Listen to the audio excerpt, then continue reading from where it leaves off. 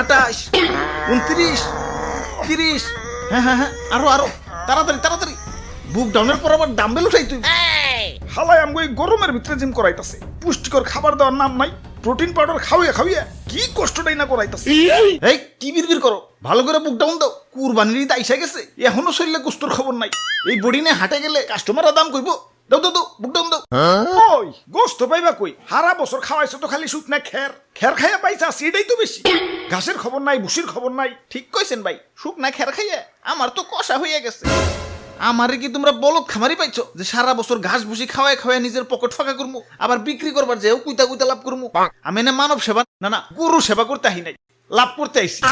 না বেশি সময় নাই, এই যে নাও সারা বছর ঘাস ভুসির পাওয়ার, একবারে নাও। চিরে মশাই কামড়তেছে রে, বড় মশা। ভাই এটা মশা না, এটা হলো গরু।